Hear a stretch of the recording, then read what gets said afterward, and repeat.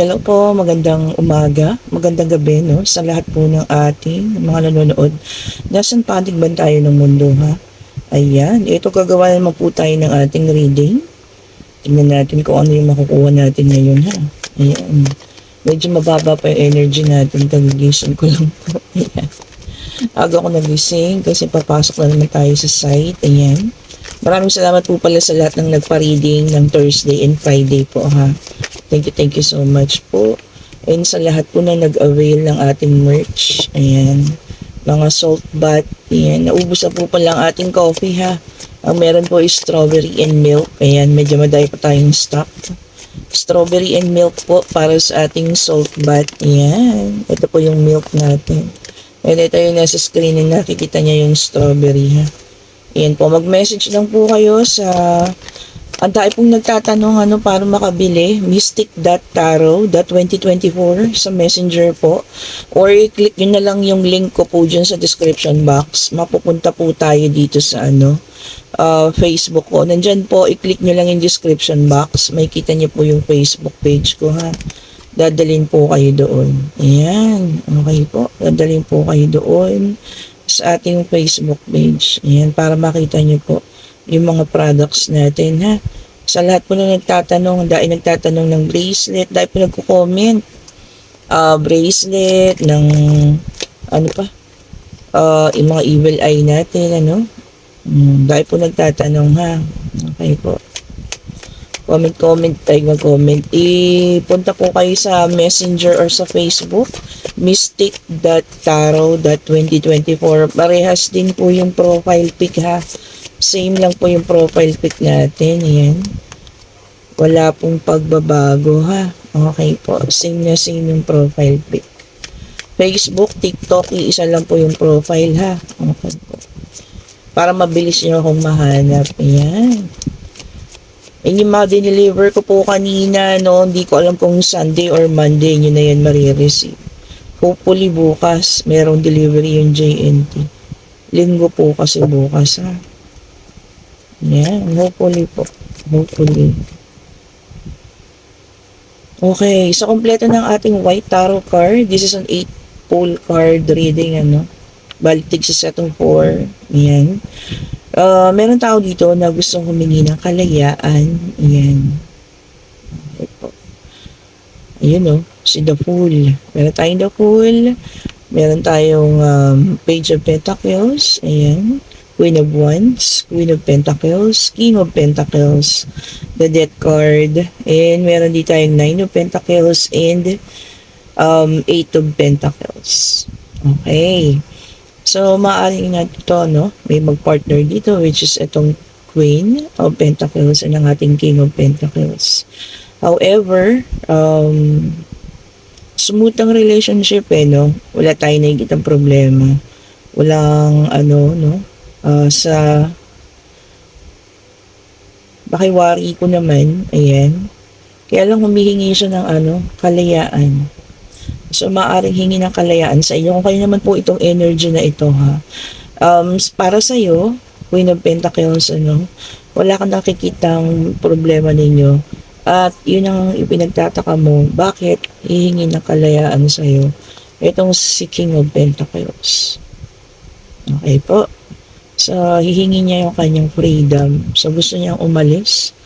Maaring dito sa relation ninyo, pwede kang gawin niyang dahilan, pagtahanap buhay. Dahil gusto niya lang maghanap buhay, gusto niya na muna pagtuunan yung ninyo, ay yung financial niya. Maaring gano'n, yun ang kanyang sasabihin sa iyo. Pero pag nakikita tayo dito, ito, isang Queen of Wands.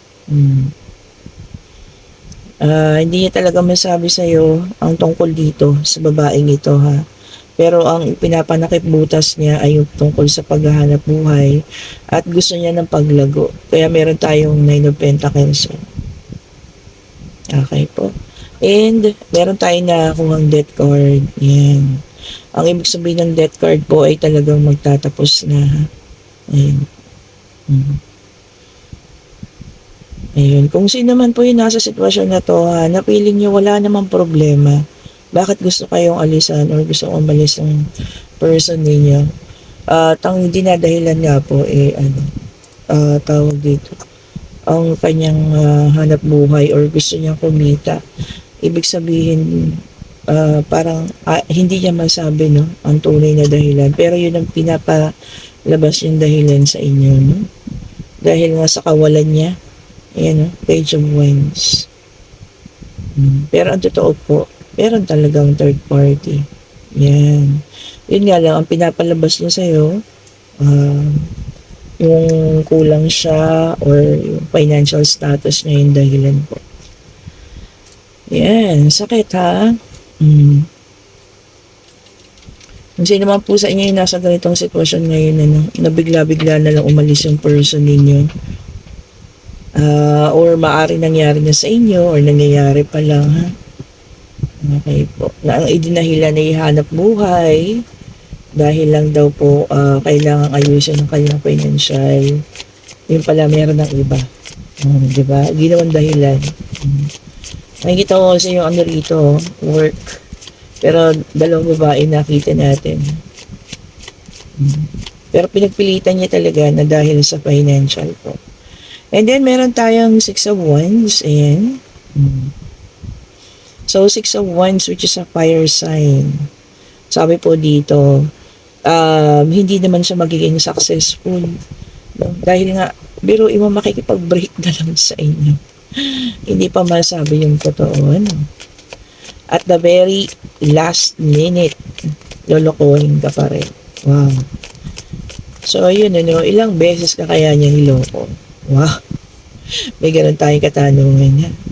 And then, meron tayong the Lovers, which is an air sign. Ayan.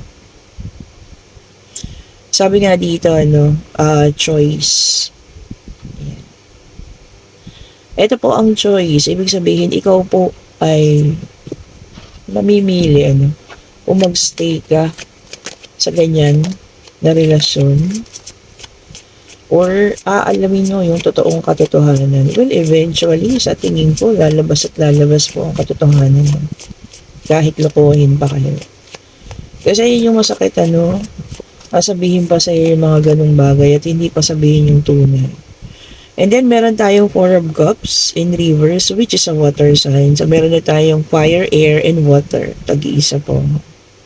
Sabi po sa inyo dito, choosing happiness and acceptance. So, once na ma-reveal sa inyo siguro yung katotohanan niyo, mahirap man tanggapin, pero yun ang pinapahayo sa inyo ng mga baraha. Tanggapin po. At yun nga, at tawag dito, ang piliin niyo ay maging masaya. Diba?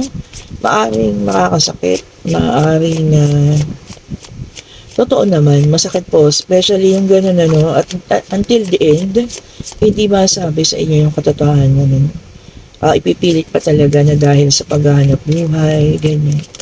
Pero yung pala, meron ng ibang tao. Sakit naman. Diba?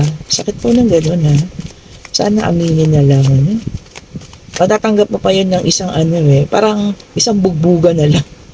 Diba? Hindi yung pagkatapos nun, magkikita kayo, magkakasalubong kayo, or malalaman mo sa ibang tao na yun pala, merong nabuntis, ngayon kasal na, ganyan. Isang buwan pa lang nakakaraan. Diba? Mas masakit yun. And then, meron tayong 6 of Cups, which is a water sign. Yan. Forgiveness. Mahirap ito, Mahirap magpatawad ng ganito po. Mahirap pong patawarin ng ganito, especially pagka ganyan na sobra-sobra yung pain. Ito yung mga sinasabi kong sinaksak ka na, tapos uulitin pa, sasaksakin ka pa ulit ng paulit-ulit. Siyempre, on the process of healing ka ng panahon na yan, moving on ka na.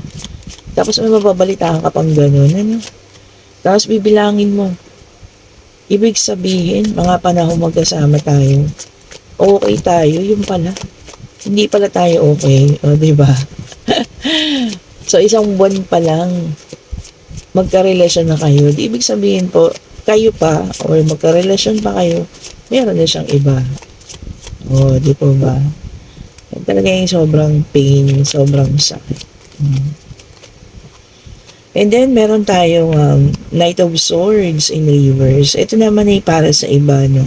Yung iba daw po ay mag-iisip ng mabilis. Fast thinking action. Oh. Mag-iisip at mag-a-action ng mabilis. Kung ano man yung a-action na natin na yan, ha? Okay. Mabilisan daw. So, hopefully po, mabitawan nyo ay matino at maayos sa pagdedesisyon naman. Ha? Kahit mabilisan. And then, meron tayong the sun, which is a fire sign. So, ayan, lumabas sa lahat yata. No? Fire, air, earth, and water sign. Sabi naman dito, para po sa lahat, gusto ko sa lahat na to, happiness, ayan, joy, and success. Especially dun sa mga taong sugatan ngayon, ha.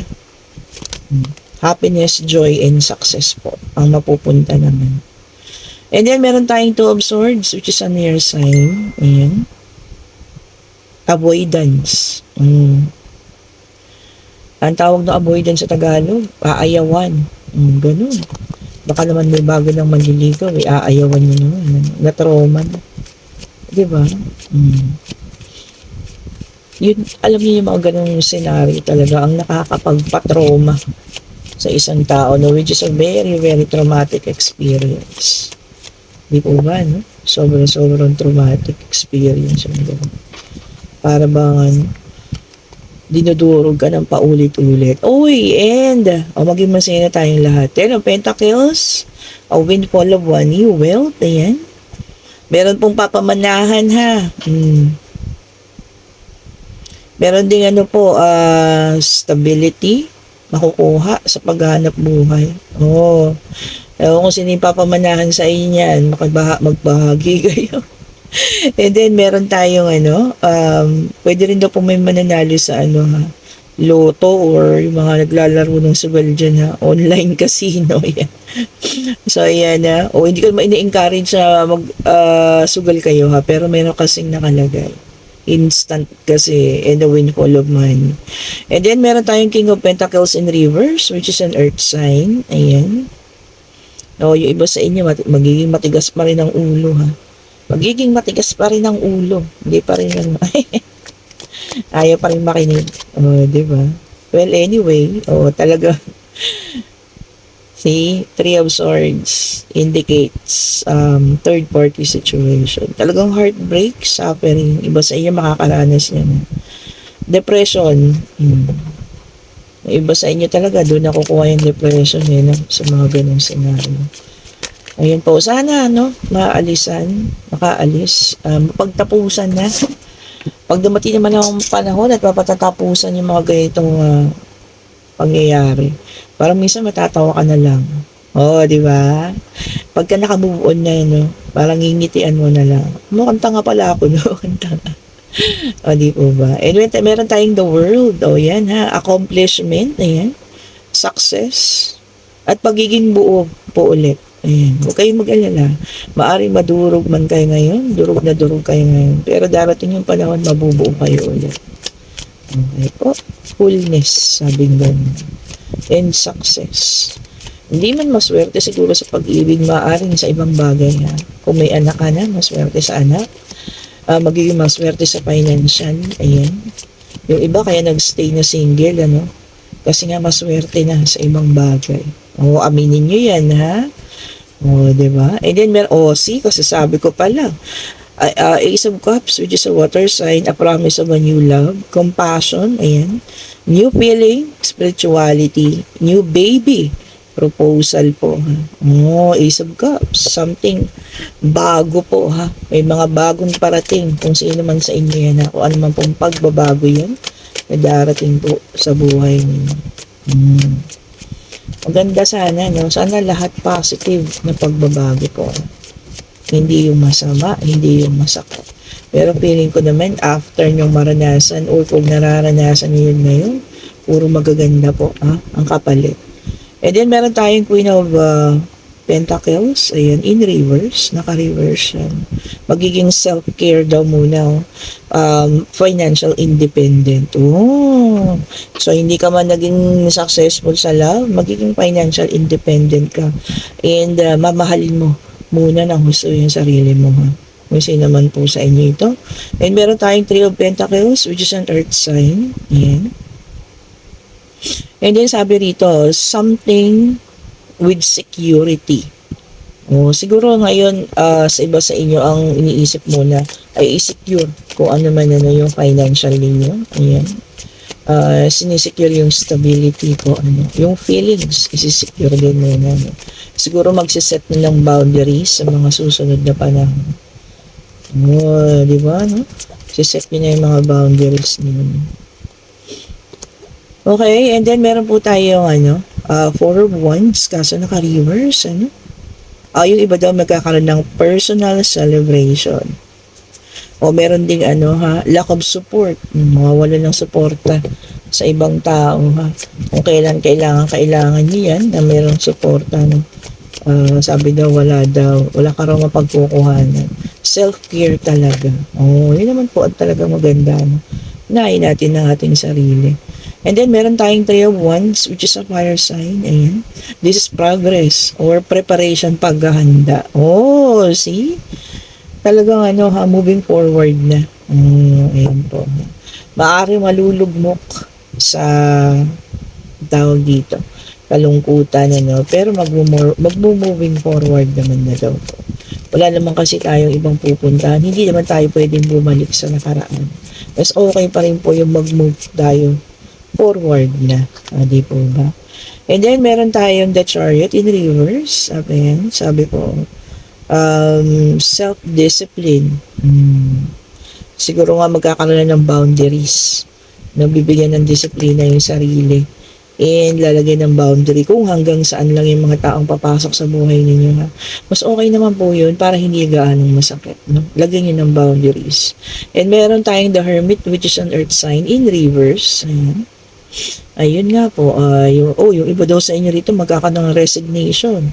Bakit kaya? Baka magre-resign sa trabaho or makakahanap lang sa ibang mas maganda. Ayan. Ako sa panahon ngayon, hindi ko pa iniisip ang resignation. Ayan po, Kasi unang-una, malapit na magbigay ng 13-month pay. Yun na lang po ang aking motivation sa pagpasok dahil malapit na ang bigay ng 13-month pay. Ilang months na lang, Talagang December na. Diba? So, pero kung kayo naman nakakita ng mas maganda, di po ba, wala namang masama doon. Ayan, and meron tayong the Justice. See? Which is an air sign. Ayan. Kung sino man ang mga naging biktima, sa una nating sitwasyon. Huwag ka pong mag-alala dahil darating din yung karma na para sa kanila. Imposible pong wala. Especially kung nakasakit sila ng tao. Lalo na pagka ganun. Gusto ko tong punin. Kanina pa siya. Tignan nyo. Nag-release pa ng dalawa pa. And then, meron tayong Eight of Pentacles in reverse. Ayan, self-limiting. Talagang lilimitahan na yung sarili ngayon, ha. Kung ano man yung lilimitahan ninyo. Siguro yung pakikipagkilala, or yung malalim na pag-iibigan sa ngayon, ha. Lilimitahan ninyo. And then, meron tayong the Strength in reverse. Ayan. Sabi po rito, emotion. So, ayun po, ha. Maraming emosyon ang papasok sa inyo ngayon, pag-iisip kung sino man po ito. Tatlo pala ito na nag-reverse. Ayun, sabi rito, papasok ng mga emosyon. Ayan. So, magiging emosyonal. Iba-iba naman po, no? Hindi naman lahat puro kalungkutan. Maaring may masaya. Ayan. Maaring may malungkot. Ayan. And then, meron tayong Page of Pentacles, which is an earth sign. Manifestation. Talagang financial opportunity, ha? Yan, doon na lang tayo. Diba? Sa financial opportunity, ha? Sa paglago, ng ating financial. And then, meron tayong Eight of Wands, which is a fire sign. And speed. Movement. Meron pong pangyayari, ha? Na maaaring may paggalaw, ayan, maaaring lilipat ng bahay, ayan, lilipat nga ng trabaho, ayan, may pag-travel, movement po kasi, or kung meron kayong pupuntahan, para maka-move on, ganyan, ha, ayan, ganda, ha, siguro may mga travel dyan, Okay po. And then, tignan naman natin dito sa ating kung ang magtatanong pala kayo kung meron na kayong mga katanungan sa inyong mga isipan. Ayan, tanongin niyo na po ha. Answerable by yes or no, pwede sa love life, pwede po sa financial, kahit na ano pong katanungan, basta answerable by yes or no, hindi hingin po natin ng gabay. Spirit guide, ano pong kasagutan sa kanilang mga katanungan? Spirit guide, ano pong kasagutan sa kanilang mga katanungan? Ayan. Ano po ang kasagutan sa kanilang mga katanungan? Oops, ayun na. Kita niyo ba yun? Yes and no. Ano po ba mga pinagtatanong nyo? Pagka ganito kasi na lumabas ang yes or no, depende po kasi sa mangyayari ha. Maaaring mangyayari yung mga iniisip ninyo at maaari ding hindi. Kung ano man po yun. And sabi po rito, major choices. So pipiliin natin yung talagang nararapat para sa atin. Ayan. And soulmates, ang iba sa inyo makikilala ang soulmates ha.